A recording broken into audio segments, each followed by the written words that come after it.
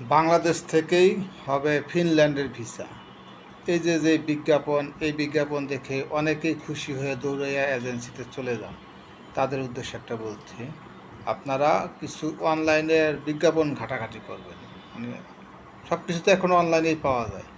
আপনি ফিনল্যান্ডে যাবেন, ফিনল্যান্ডে একটা দেশ, সেক্ষেত্রে তাদের কন্ডিশন কীরকম বা তাদের আর্থিক অবস্থা, সক্ষমতা কোন লেভেলের, সেক্ষেত্রে আপনি কোন লেভেলের আছেন, আপনি কি আসলেই ফিনল্যান্ডে যাওয়ার সক্ষমতা রাখেন, সে যোগ্যতা কি আপনার আছে। এখন এজেন্সি প্রমোশন করবে, এটা তাদের পেশা, তারা এটা করবে, তাদের সক্ষমতা আছে এই দেশের সমস্ত মানুষকে ফিনল্যান্ডে পাঠানোর। তবে আপনার কি সক্ষমতা আছে ফিনল্যান্ডে যাওয়ার মতন?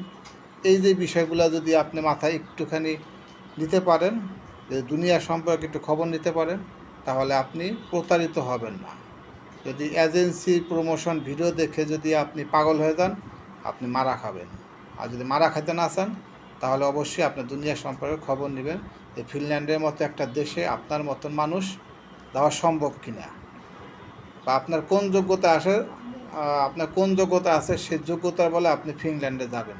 ফিনল্যান্ডে একটা কোম্পানির লোক নিবে, তাদের তো একটা কন্ডিশন আছে।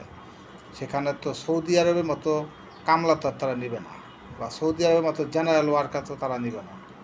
তারা কী জন্য লোক নেবে সেটা আগে আপনাকে বুঝতে হবে, এবং সেই কাজের করার সক্ষমতা আপনার আছে কি না। যদি এই বিষয়গুলো জানেন, তাহলে ফিনল্যান্ডে অ্যাপ্লিকেশন করেন, আপনার ভিসা 100% হবে। ধন্যবাদ।